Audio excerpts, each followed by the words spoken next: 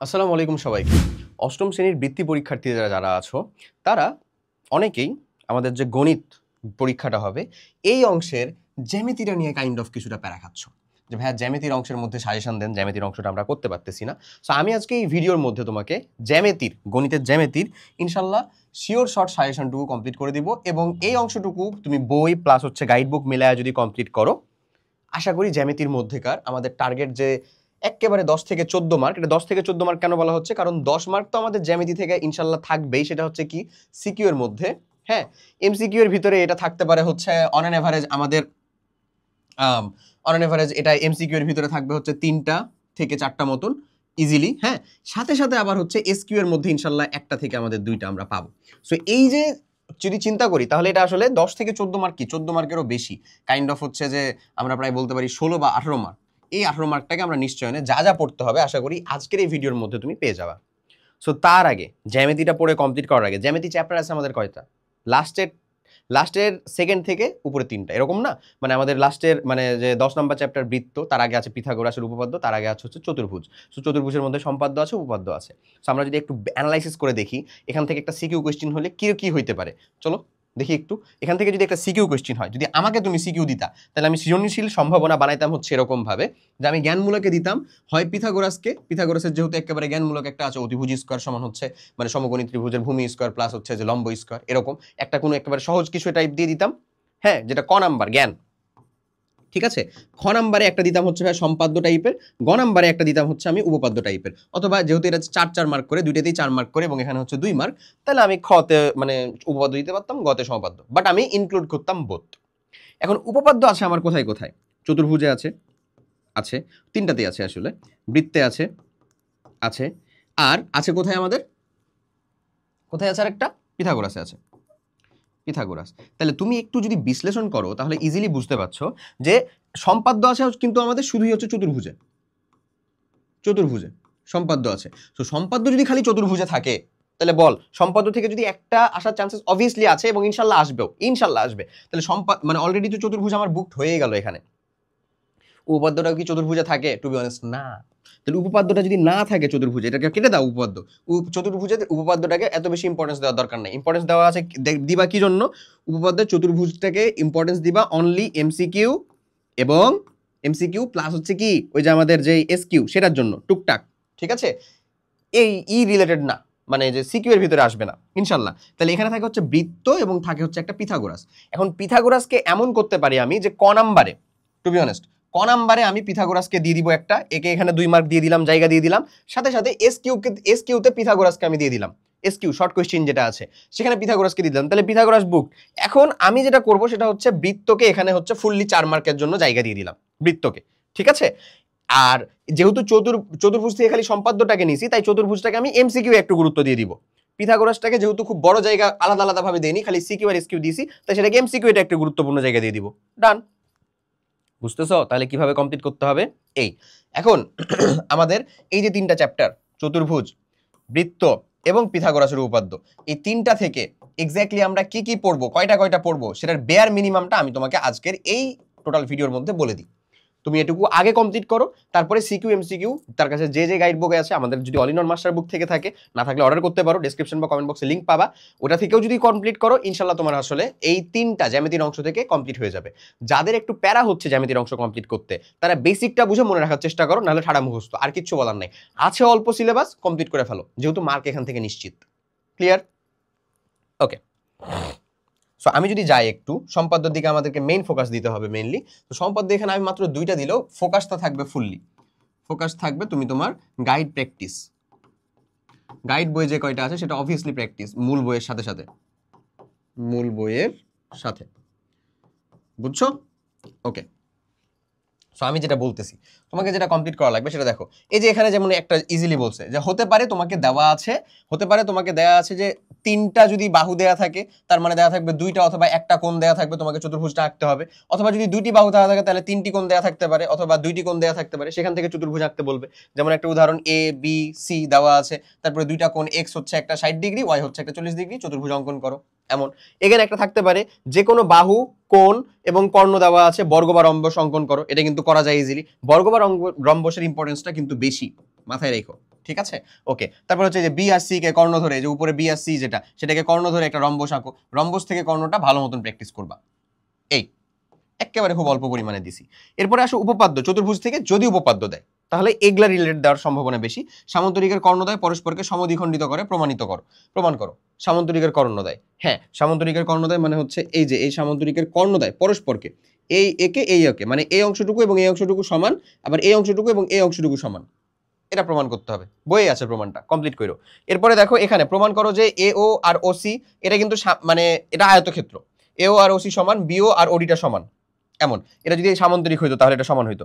আবার চতুর্ভুজের চার কোণের সমষ্টি 360 ডিগ্রি বা 4 সমকোণ, সেই প্রসঙ্গের যেটা উপপাদ্য সেটা কমপ্লিট করবা। যা যা বললাম সেটুকু একেবারে খুবই বেয়ার মিনিমাম লেভেল, এবং এটুকু মাস্ট, আগে এটুকু যারা জ্যামিতি নিয়ে পিছায় আসো তারা আগে মাস্ট এটুকু কমপ্লিট করো, মাস্ট। এটুকুতে কোনো বাদ দেওয়া নাই, এটা অনেক বাদ দিয়ে, অলরেডি সব বাদ দিয়ে, ঠিক আছে?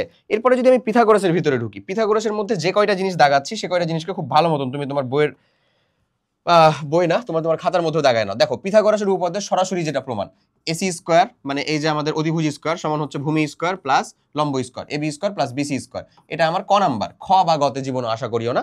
আর হাইয়েস্ট গেলে এস কিউ। কিভাবে প্রমাণটা করবো সেটার ডান। এরপরে আসো, এটা খুবই গুরুত্বপূর্ণ, একটা ত্রিভুজ দেওয়া আছে, এই ত্রিভুজে ডি একটা যে কোনো বিন্দু, এই ত্রিভুজের ডি একটা যে কোনো বিন্দু, এটা একটা সমকোণী ত্রিভুজ, কিন্তু পিথাগোরাসের সকল উপপাদ্য নরমালি সমকোণী ত্রিভুজে হবে। ওকে, এখানে বলতেছে পি আর স্কোয়ার, পি আরটা কোথায় দেখো, যে তুমি চিন্তা করো P R plus D Q, এই যেটা হচ্ছে আর আমার, তাহলে পি আর স্কোয়ার, এই পি আরটা কি আসলে অতিভুজ square, P R square plus D Q square, এই যে D Q square is equals to D R square. D R square বলতে কি বোঝাচ্ছে, এই যে মধ্যখান থেকে যেটা, এই যে ছোট সমকোণী ত্রিভুজটার প্লাস পি কিউ স্কোয়ার এটার স্কোয়ারের সমান। মানে জিনিসটা হচ্ছে আমরা যদি এটাকে ভাগ করি, মানে একটা সমকোণী ত্রিভুজকে ভাঙার পরে এখানে কি এই টুকটুকু আবার সমকোণী একটা ত্রিভুজ হয়ে গেছে না, ওই ক্ষেত্রে ওই সমকোণী ত্রিভুজের অতিভুজ আর এই অল্প অংশের যোগফলটা, বর্গের যোগফলটা আমাদের ওই যে ছোট্ট সমকোণী ত্রিভুজের অতিভুজ আর বড় অংশের যোগফলটা সমান হবে, এটা বুঝাইছে। সো এটা আমরা কমপ্লিট করব, এটা কিন্তু পাবা, ঠিক আছে? অনুশীলনের মধ্যে দেখবা। এরপরে আসো, একটা সমবাহু ত্রিভুজকে আমরা যদি সমদ্বিবাহু ত্রিভুজকে আমরা ভেঙে হচ্ছে অর্ধেক করছি, তাহলে এটুকু একটা সমকোণী ত্রিভুজ হইছে, এটুকু আর একটা সমকোণী ত্রিভুজ হইছে। QP square minus Q R square is equals to PS square minus RP square মানে আরএস স্কোয়ার, ঠিক আছে? এই টাইপের যে কোশ্চিনটা অবভিয়াসলি গুরুত্বপূর্ণ, কমপ্লিট করবা। এবং নিচেরটা হচ্ছে বেশি ইম্পর্টেন্ট, পিকিউ দেখো তো কোনটা ভাইয়া, এই যে পিকিউ এই ত্রিভুজের উপরে মানে বাহুর উপরে স্কোয়ার, কিউআর এই বাহুর উপরে স্কোয়ার প্লাস আরপিটা কোথায়, এই যে আরপি মানে তিনটা বাহুর উপরে স্কোয়ার, এটা হচ্ছে 4 অফ পিএস স্কোয়ার। এই যে পিএস মানে কি, এই যে অর্ধ না, এই যে পুরো ভূমির হচ্ছে অর্ধেকটা, যেটা মানে সমভাবে দ্বিখণ্ডিত করা হয়েছে, এটার উপর 4 গুণ, এটার বর্গের 4 গুণ। মানে আমরা এটাকে বলতে পারি একটা সমদ্বিবাহু ত্রিভুজকে যদি মধ্যখান থেকে আমরা, মানে যেটা আমাদের সব থেকে বড় বাহু বা ভূমি, সেটাকে আমরা যদি মধ্যখান বরাবর ভাগ করি, তাহলে তিনটা বাহুর বর্গের মানে বর্গের ক্ষেত্রফলের সমষ্টি, তিনটা বাহুর বর্গের ক্ষেত্রফলের সমষ্টি এককভাবে ওই সমদ্বিবাহু ত্রিভুজের ভূমির অর্ধেকের বর্গের ক্ষেত্রফলের 4 গুণের সমান। বুঝছো? এটাকে বাংলাতে বলতে গিয়ে মনে হচ্ছে দাঁত মুখ সব ভেঙে গেল, বাট জিনিসটা ইম্পর্টেন্ট, এবং এটা এই যে আমাদের পিথাগোরাসের উপপাদ্য থেকেই কমপ্লিট করা যায়। সো আমরা কমপ্লিট করবো সেটাকে, ঠিক আছে? লাস্ট বাট নট লিস্ট, সেটা হচ্ছে এটা সব থেকে সহজ। এটা ধরো একটা সমবাহু ত্রিভুজ মানে সমকোণী ত্রিভুজ দেওয়া আছে, মাঝ বরাবর আমরা ভাগ করলাম, আমাদেরকে প্রমাণ করতে হবে AB equals to half of Q R. এই যে এবি ইজ ইকুয়ালস টু এটার অর্ধেক, যদি এটাকে আমরা অর্ধেক ভাবে ভাগ করি তাহলে এটারও আসলে অর্ধেকটা এখানে হয়। সহজ জিনিস, এটা আরো সহজ। এটা ভেক্টর দিয়ে তোমার হচ্ছে কয়দিন পরে তোমাকে এই এসএসসি লেভেলে ভেক্টর দিয়ে আসলে প্রমাণ করাবে। এই বাকি থাকে আমাদের হারাধনের এক ছেলে, সেটাকে বৃত্ত থেকে আমরা কি কি পড়বো, এই কয়টা জিনিস পড়বো মেইনলি বৃত্ত থেকে। চলো একটু যদি দেখি, এটা আমাদের জন্য ইম্পর্টেন্ট ফর এমসিকিউ এবং এসকিউ। এমসিকিউ আর এসকিউ এর জন্য এটা ইম্পর্টেন্ট। দেখো বৃত্তের ক্ষেত্রফল বা পরিধি নির্ণয়, ক্ষেত্রফল কি পাই আর স্কোয়ার, 2 পাই আর কি পরিধি, ওকে। তারপরে আর কি ব্যাসার্ধ, 2 আর কি ব্যাস। আচ্ছা, তারপরে 2 নাম্বার প্রমাণ রিলেটেড, এটা করবো আমরা, যে ধরো এই যে একটা বৃত্ত ড্র করছি, এটা হচ্ছে আমাদের কেন্দ্রগামী যেই লাইন সেটাই কি আমাদের ব্যাস। বলতেছে আর কিউ এর মধ্যবিন্দু হচ্ছে এম, আর কিউ একটা কি আমাদের জ্যা, কেন্দ্র ব্যতীত বৃত্তের 2টা বিন্দুকে যোগ করে এরকম সবাই হচ্ছে জ্যা। অসংখ্য জ্যা হইতে পারে, অসংখ্য ব্যাসও হইতে পারে। ব্যাস মানে কি, ওই জ্যা যেটা আমাদের কেন্দ্র দিয়ে পাস করবে। আচ্ছা, আর কিউ এর মধ্যবিন্দু কি M, PQ is greater than R Q, যদি PQ টা আর কিউ এর থেকে বড় হয়, যে PQ is greater than R Q, তাহলে পি কিউ বৃত্তটির বৃহত্তম জ্যা। হ্যাঁ, ব্যাস হচ্ছে বৃত্তের বৃহত্তম জ্যা, সিম্পল হিসাব। ব্যাস মানে এর থেকে বড় জ্যা হইতে পারে না। ব্যাস হলো, এটাই প্রমাণ করতে হবে, বৃত্তের বৃহত্তম জ্যা। জ্যা কেন বলতেছি, কারণ এটাও আমাদের দুইটা বিন্দুকে, যে এই পয়েন্ট দিয়ে আর এই বিন্দুকে ইনক্লুড করতেছে, বাট এটা কেন্দ্রগামী। কেন্দ্রগামী না হলে তো সেটা ব্যাসই হবে না, বুঝছো? আর এই যে আমি যদি এটা থেকে এটা একটা ড্র করলাম, এটা কি একটা জ্যা। আমি যদি এটা থেকে এটা একটা ড্র করলাম, এটা কি একটা জ্যা, বুঝছো? ওকে, সিকিউ এর জন্য আমার যে দুইটা ইম্পর্টেন্ট, খুবই খুবই, এখানে দিছি, এখানে দিছি। সিকিউ এর জন্য ইম্পর্টেন্ট, দেখো এই একটা বৃত্ত, বলো তো এটা কি একটা জ্যা, এটা কি একটা জ্যা। এখানে আমাদের পিকিউ আর আর এস দুইটা হচ্ছে সমান। বলতেছে পিকিউ গ্রেটার দ্যান আর এস হলে ওই থেকে ও এফ বড় হবে। এখানে বলতেছে পিকিউ এর মানটা যদি আর এস এর থেকে বড় হয়, এই যে পিকিউ যদি আর এস এর থেকে বড় হয়, ওকে, তাহলে আমাদের যেটা ওই এর মান, ওইটা কোথায় ভাই দেখো তো, এই যে আমাদের ও, এটা হচ্ছে আমাদের ই, ওইটা কি এখান থেকে, এই যে এটা কি, এটা বুঝাচ্ছে যে এটা বড় হলে, এটা বড় হলে এটা কি ভেতরের দিকে থাকবে, ভেতরের দিকে থাকলে কি এই ওইটার পরিমাণটা ছোট হয়ে যাবে, এটা ছোট হবে, এটাই বলছে। আর ও এফটা কি, এই যে ও এফটা হচ্ছে এই কেন্দ্র থেকে বা ও মূলবিন্দু থেকে আমাদের ওই জ্যাটার উপরের মধ্যবর্তী যে দূরত্বটা, বুঝতেই পারা যাচ্ছে। এটা ছোট মানে কি, এটা আরো দূরে, এটা দূরে মানে কি এই দূরত্বটা বেশি। এটাই সহজ জিনিস। একটু যদি আমরা ট্যাকটিক্যালি পড়ি, আশা করি এটা প্রমাণ করতে পারবো। ই মধ্যবিন্দু, পিই লম্ব ওই, এটা প্রমাণ করতে হবে। ই যদি মধ্যবিন্দু হয় তাহলে অবভিয়াসলি এই যে আমাদের যেটা পিইটা, এই পিইটা আমাদের ওই এর উপরে একটা লম্ব, ওই এর উপরে মধ্যবিন্দু হইলে এটা একটা লম্ব হবে, মানে এটা একটা 90 ডিগ্রি হবে। এখানে দেখাচ্ছে হয়নি, বাট হবে। তাহলে এই দুটো আমাদের জন্য গুরুত্বপূর্ণ। আমরা কিন্তু একটা 4 মার্কের উত্তর করার জন্য অলরেডি এখানে আমরা 3টা প্লাস পড়বো, এই যে এটা সহ 4টা পড়বো। 4টা পড়লে ইনশাল্লাহ দেখা যাবে, ইনশাল্লাহ এই রেঞ্জের ভিতরে বা এই জ্ঞানটুকু থেকে প্রমাণ করতে পারবা। এরপরে যদি আমরা আসি, এইরকম একটা বৃত্তের ফিগার দেওয়া আছে, 4টা পয়েন্টও দেওয়া আছে। যদি এবি ইকুয়ালস টু সিডি হয়, দেখো তো এবিটা কোথায়, এই যে এবি, এই যে হচ্ছে সিডি, দুইটা হচ্ছে আমাদের ব্যাস, এবং তারা ই বিন্দুতে ছেদ করতেছে কেন্দ্র ইতে। তবে প্রমাণ করো যে এই ইকুয়ালস টু সি। তাহলে হচ্ছে এই যে আমাদের এই বৃত্ত চাপটা, এটা আমাদের সিই এর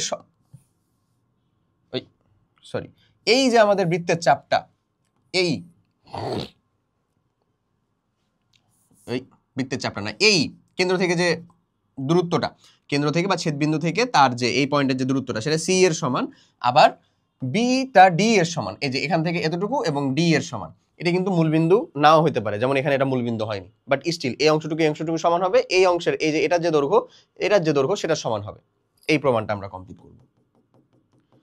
সো অন অ্যান এভারেজ আমি আসলে তোমাকে এখানে সম্পাদ্য আর উপপাদ্য মিলা অ্যাবাউট 12টা মতন দিছি, খুবই কম, টু বি অনেস্ট 3টা চ্যাপ্টার থেকে খুবই কম।